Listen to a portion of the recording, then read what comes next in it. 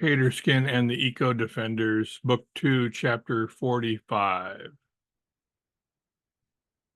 In the jungle, the Terrain warriors had arrived at one of the largest cattle ranches.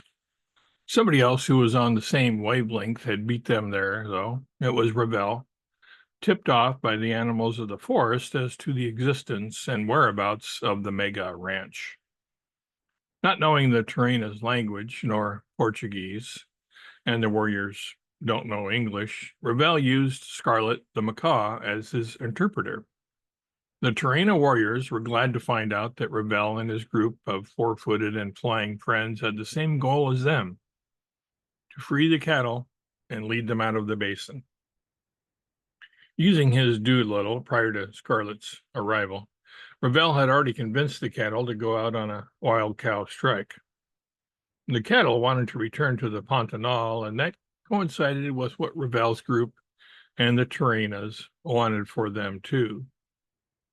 And so the answer to the age-old question, who left the barn door open, turned out to be Ravel and the Terrain warriors had.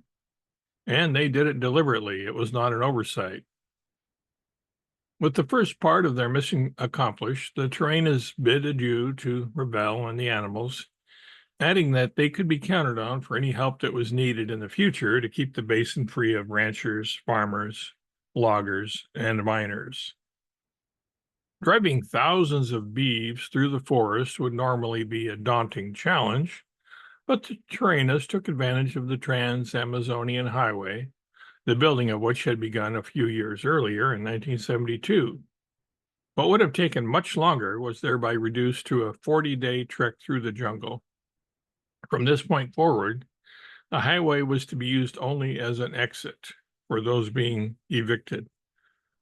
Once all of the interlopers were gone, the animal residents would dismantle the road.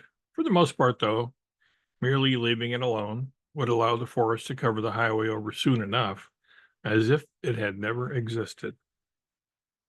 Soon after the Terrainas and livestock had disappeared southward into the forest, the sound of angry buzzing was heard coming from the other direction, north of Ravel's location.